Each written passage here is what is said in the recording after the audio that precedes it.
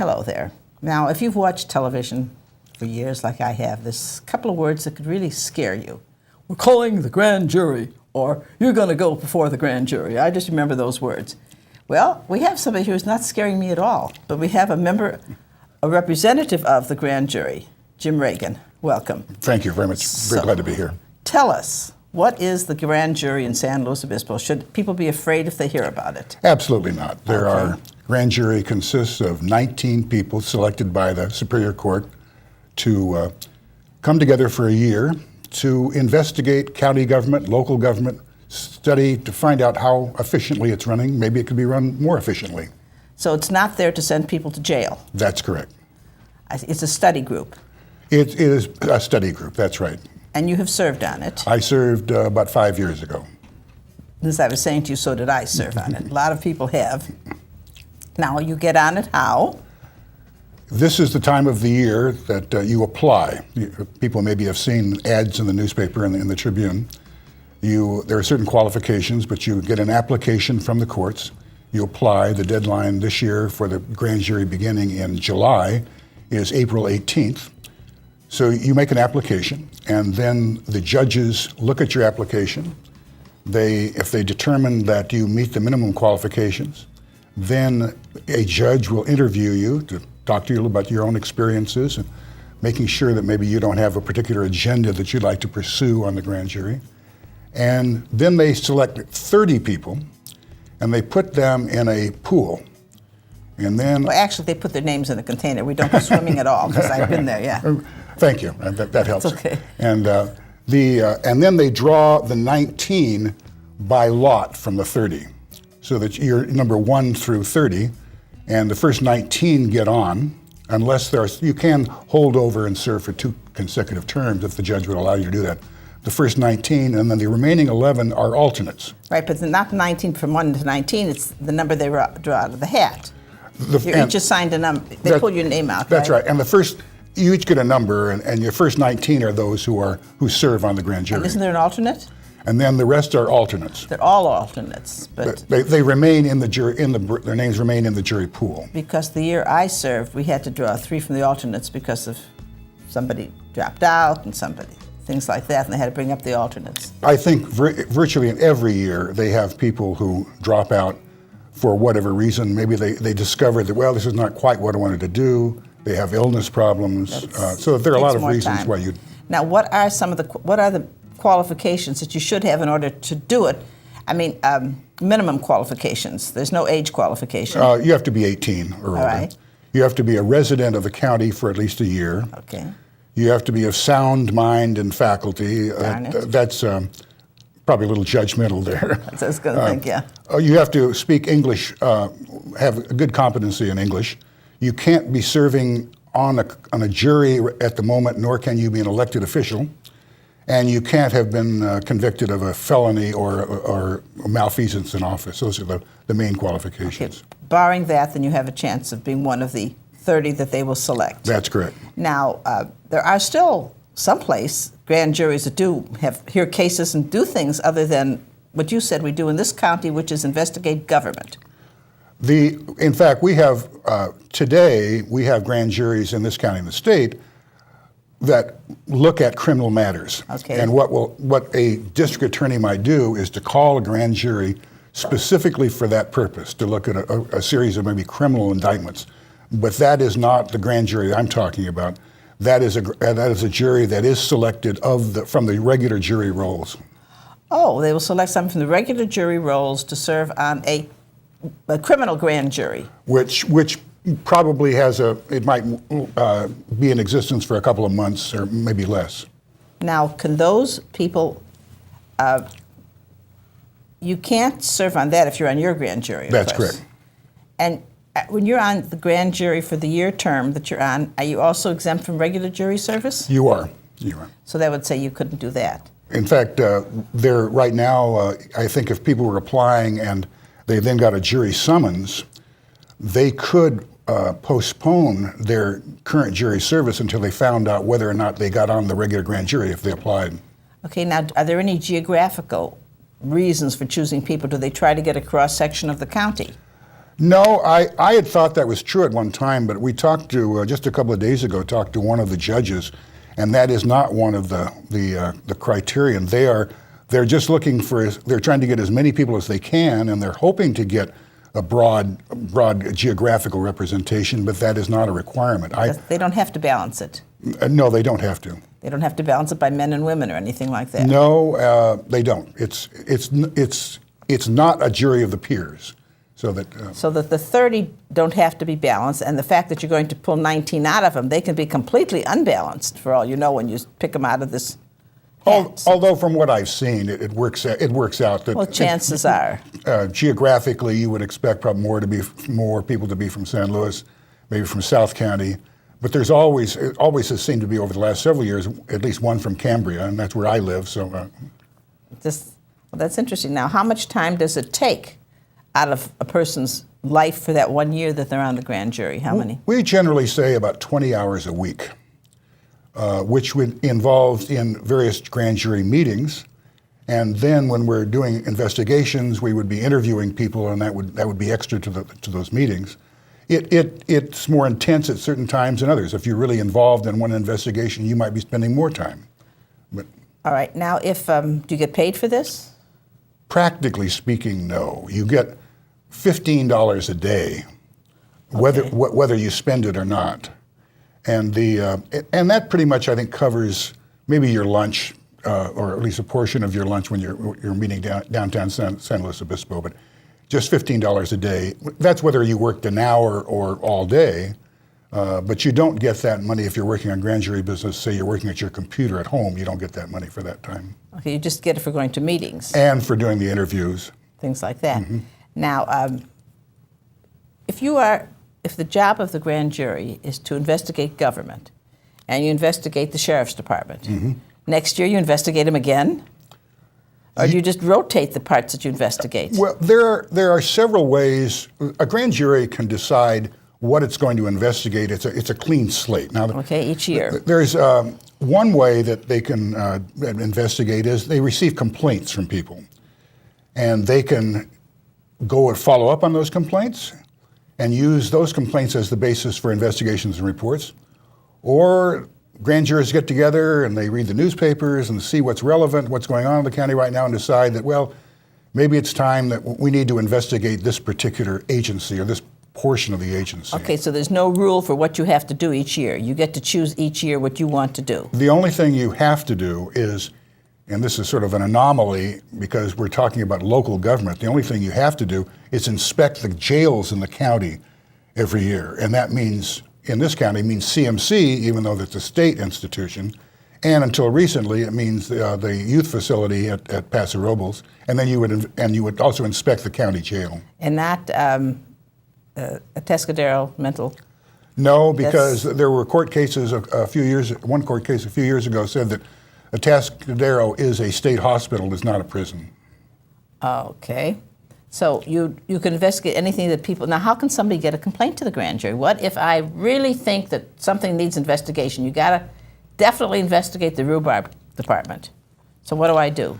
Well, the best thing to do would be to get a complaint form. You can get that from the grand jury has a website, and you can get it there. I'm not on the internet.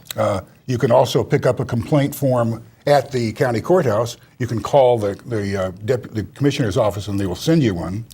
And it gives you. It's good to have that complaint because it tells you the kinds of information that would be useful for the grand jury to have in considering your complaint.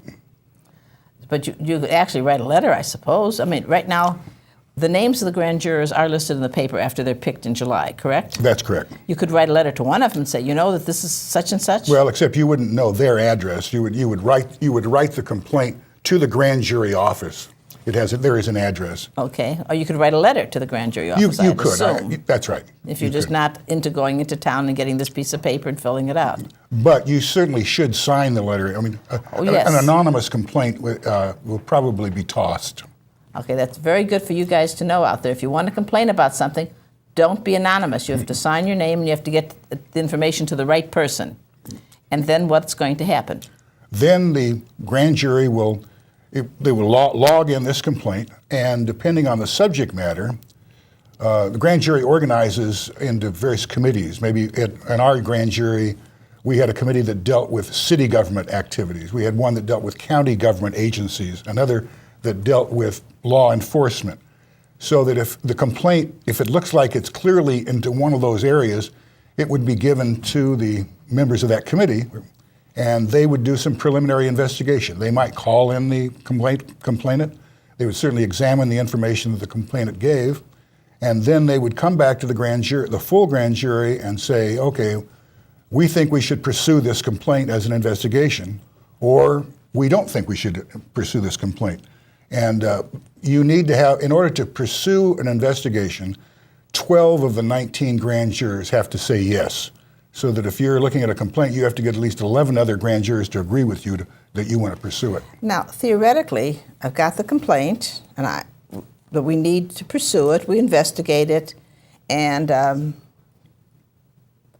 we find it's valid, or we find it's invalid. Now, do you keep a list every year that you turn in at the end of the year saying, we investigated this and decided to do nothing, we investigated this and decided to do something? Do you have a whole list that goes up? We keep those records, but I generally, that kind of log is destroyed at the end of the year. A grand jury has to start anew every year on its own investigations. Now, it could do a similar investigation that they did last year, but sometimes you might hold over some complaints if they came late in the year. But what you're saying is the information that you've gotten is not of use to anybody later? It's wasted? Well, I don't describe it as wasted. I think that generally you're going to be probably dealing with virtually all the complaints that you get. If you decide that you're not going to pursue the complaint, and there are a lot of reasons why you would decide to do that, you will write the person back and say, thank you very much, but we've decided that we won't pursue this complaint. Right, but shouldn't there be a record to know that if 5 consecutive years in a row, a different person has complained about the same department doing the same thing, shouldn't there be a history so that you know, maybe there is fire here, we've got a lot of smoke? I think you've probably got a very good point. It just doesn't happen that way. My experience on the grand jury was not that anybody said, oh, this person complained last year or 2 or 3 years ago. Not that person, but that thing was complained about. Right. Okay, now. Well, except there are, there are instances in which maybe one grand jury would not pursue something, but the next one would. Yes. And so there could be some record. I don't recall that in my service. Okay, but you do make what we call the grand jury report at the end of the year. Or you can, as several grand juries have done, issue reports throughout the year.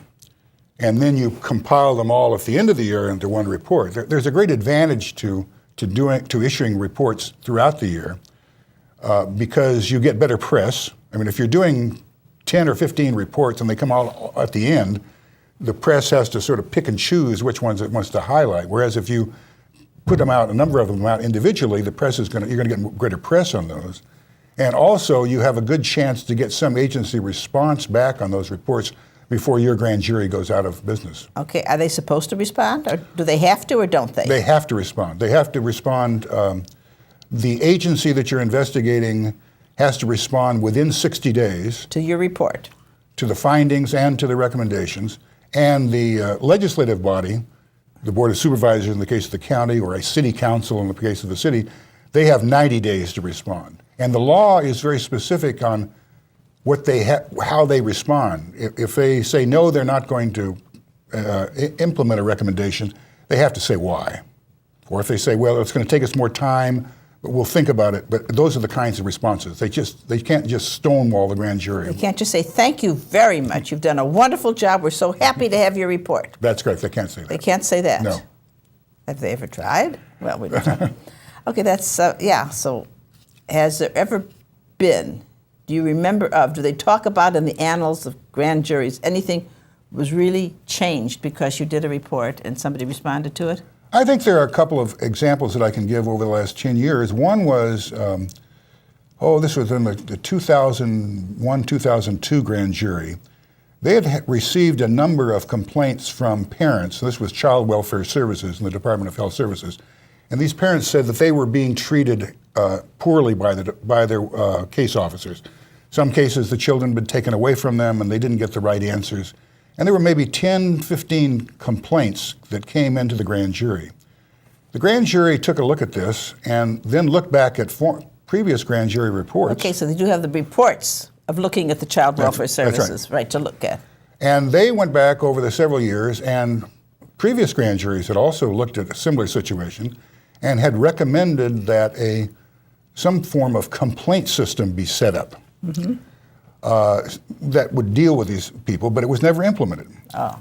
So this grand jury looked at these complaints and said, well, we can't look at the individual complaints. We're not quick enough to resolve those issues, but maybe there is a problem with the system here.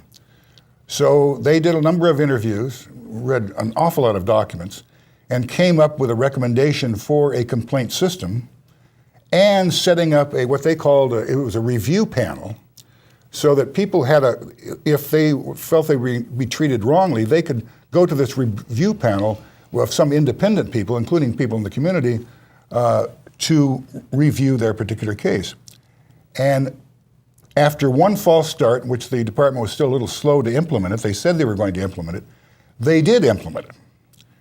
And in fact, a former foreperson of the grand jury sat on that, or I think is still on that review panel, so that, but we learned recently that from maybe 5, 6, 7, maybe more complaints a year, last year I think there was only 1 or 2 complaints. So that there is an instance in which several grand juries were onto this. They were stonewalled for a number of years, but finally, I think it was a combination of the new event that time, the head of the Department of Health Services, Lee Collins, plus the grand jury, they finally clicked, and they basically solved a problem. And I think that's one great example. That's a wonderful way to take our break. We're going to go to break. Excuse us, Jim. We're going to take a break on a positive note, something good that happened. We'll be back in just a moment with Jim Reagan and the grand jury. And we're back with James Reagan talking about the San Luis Obispo County Grand Jury, which is a review agency. And he just showed me a piece of paper that I found absolutely fascinating that we're going to tell you about. We can't read all of it, but it is It's an index, a cumulative index of all of the San Luis Obispo County Grand Jury reports from 1980 through last year. And it's actually on the grand jury website that one can see this. And they've organized this all around various categories, so that I think, for example, the San Luis Obispo Airport, well, it's been the subject of 9 or 10 different grand jury reports over that 20-year period. Fabulous. I'm going to have to look at that because I want to see if they've got anything that my grand jury worked on. I will find that very interesting because we did do something that I thought was fabulous, but we're not going to talk about that. But what can we talk about? Speaking of grand juries, when are you allowed to talk and what can you talk about? You're obviously allowed to talk about the reports once they are published, but the grand jury is one of the few government agencies which operates in the strictest secrecy. And the reason it does that is that if you're investigating an agency, particularly if someone's maybe complaining about it, maybe not operating as well as it might, you certainly wouldn't want that to be known to the general public or to the press before you completed your investigation. Because if it turned out that your report exonerated the agency completely and said they're doing a fantastic job, these people would have had the cloud over their heads for maybe 4 or 5 months that you're doing the report. Similarly, when someone makes a complaint, you can't do it anonymously, but we don't want the world to know that if a person is whistleblowing, for example, that in fact that gets out there, so that you sign an oath of secrecy, which is valid for the rest of your life, actually. That's what I was wondering, for the rest of your life. On what part, though? On the information you've learned? No, certainly not anything that is published. But if you learn some confidential information, if you learn some things in your interviews, and certainly to identify specifically who you interviewed or specifically what that person said, that's the kind of thing which you don't really want to get out. Because I've often wondered, just for personal reasons, because as I told you, I served on a grand jury, and in my life was the most horrendous year I ever spent because of the caliber of my grand juror. Not all of them, some of them. And I have talked about it without mentioning their names. And I didn't think that's a violation of anything to say that so-and-so was such a mean man, he made 2 women cry. No, I have. I've complained maybe about some of the grand jurors that I've served with, but I've never used their names. Right. But you can complain about what you saw, what they did. I mean, I think you want to be you just want to be very careful. You certainly, it's the whole question of you don't want to defame anyone. I mean, one of the things when you're putting out the grand jury reports at the end of the year, the judge and the county council will review them. And he's reviewing them mainly to, well, number one, do you have jurisdiction to do this? But number 2, that you're not doing anything which is libelous. That you're not calling anybody names or anything that's bad. But you can talk about what you have learned if you don't use names. You can do that. In other words, in the course of it, if you learn in your investigation something that is not publicized, you can still talk about it, no? I would not. I mean, certainly there were investigations that I was in that I learned some things in which they were very sensitive information. They didn't get into our report, but I would not talk about those. Even they don't have any people's names attached even? Boy, this is well, remind you, all of you out there who are thinking of joining up, just remember, okay. No, I used to joke that it was a great year for me because I wasn't allowed to talk to my wife for the entire year. Okay. Yes. That's funny. Now, do you have a staff working for you? There is a part-time, 20 hours a week, an administrative assistant, but most of the grand jurors now with computers and they're doing most of their own work. I mean, typing it up. That person is there to type and to type correspondence, and she is there to serve the grand jury if they need that. But when I was on the grand jury, I did all that myself because I'm computer literate and I didn't need it. So. In the old days, when I was on, we didn't have a computer, but you just typed it up. That's the reports that then you made copies so everybody could read it.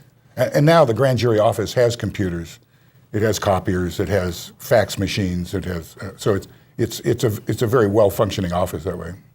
Now, grand jury you served on, you said you served 1 year. That's right. There were holdover people on it. Did you? There were 3. No, there were two. Held over from the year before. One of them became the foreperson for our grand jury. For the second year that they were on. That's right. Mm-hmm. Do you find that it's important to continuity that there be holdovers? Is it something you would recommend that the judge have holdovers? I think I'm mixed on it. Some people believe that it's important to have holdovers. This year's grand jury, I think now there maybe somebody dropped off, but I think it's 7 or 8. You could have, the law says you can have as many, I think is 9 or 10, I can't remember which it is. It's useful. I think that the downside to it of too much is that all of a sudden you maybe have a group of people who maybe know too much and that they can become someone intimidating to new people who are coming in. But they won't be on the next years. They can't go 3 years. No, it's only 2 consecutive years. Okay, good. So now we have a new one that people are trying to get trying to get people to volunteer now to serve. That's correct. And do you recommend it as a? It was one of the most satisfying years that I've spent. I've spent most of my life in public service as a consultant to government agencies and mostly to federal government and some local government agencies. But I learned things about various agencies which I found to be tremendously valuable. And the good thing about it was that in a couple of reports that we did, and they were because we were looking at perhaps they weren't being operated as efficiently or effectively as they might have been, we found that they were. And that's one of the good things that a grand jury looks at an agency and says, you know, these people are doing a pretty good job and we commend them for it. And that's as important of a grand jury report as saying, well, you've got to make some changes because you're screwing up. Well, then I have to admit, I mean, the system was great. I learned a lot, and again, I feel we made positive contributions. It was just that some of the people were very difficult to work with. It was a challenge. It's very difficult when 19 people were coming together for the first time, and it's supposed to be a very collegial body. Even the foreperson is equal like everyone else. Right. So that unlike a president of an organization who maybe cracks the whip or whatever, or does a number of things and make a number of decisions, the foreperson can't do that unless the grand jury allows him or her to do it. So there are some people that's very difficult to work in that very to tone themselves equality. down. Yeah, they just don't like the fact that they're equal. They're just one of 19. They just happen to be sitting at that side of the table, and they can call the meeting to order. That's right. But now, is there any limit to the number of committees you can serve on? Well, you normally would serve on 2 committees. There's some physical limitations in the grand jury office. They only have 2 meeting rooms, and so you can only have 2 committees going at the same time, unless you did it all day, I guess. So normally a person is appointed to 2 committees for the investigations, and then there are occasionally maybe another committee or 2 that someone wants to join. Usually a grand jury has an edit committee which works on the reports. Some grand juries have had public relations committees to get the word out on the grand jury. That works well. Well, is there anything we forgot? Is there anything in all this list of things that I didn't hit you with that you really want to talk about? Well, I am president of the former Grand Jurors Association. Okay. And I think that's a good testimony to the number of us who served once, and we enjoyed it enough that we'd like to maintain contact. And one of our main roles is to promote the grand jury, to try to get as many applications as we can. We go out, we speak to community organizations, to service clubs and whatever. We would like to get some interest in some kind of curriculum as far as for school children in the grand jury. And we are also part of something called the California Grand Jurors Association, and its responsibility is to train grand jurors every year and to watch out for legislation which might adversely affect grand juries. Well, the main thing the league has done is we've always conducted ourselves like a grand jury is supposed to, being non-partial, trying to open our mind, studying and all that. And there is a good practice for anybody to be on a grand jury to learn how to think. You're supposed to have impartial thinking and study situation. And I think it was very interesting. You probably, if you go through the list, if they do have lists of grand jurors, you'll probably find that there's been league members on almost every grand jury that there's been, because we volunteer for that, because that is part of our desire to have good government. And if you listen to our show, we have an ending that I use, which says good government should be the usual, not the unusual. And the grand jury's goal is to keep government good, to do your best. And all of us want to do our best. Here's another opportunity for you to do your best, to go out there and join the grand jury, or try to, sign up for it, bring your impartial thinking to situations, studying the good side and the bad side, and making recommendations that hopefully will be either kudos for the good guys and a slap on the wrist for the bad guys, and maybe they'll straighten themselves up. And you also are going to make some new friends. Yes, I did. There are people that I did serve with who I still see. Right. Thank you so much, Jim, for Thank you coming very and much for sharing inviting this me. with it. I hope the state organization does well, and the local one does well, too. We thank you. We hope you learned something you didn't know. So when you hear about a grand jury, don't panic. Go to them if you've got problems with government, give them a chance. And if you have time, do try to join them.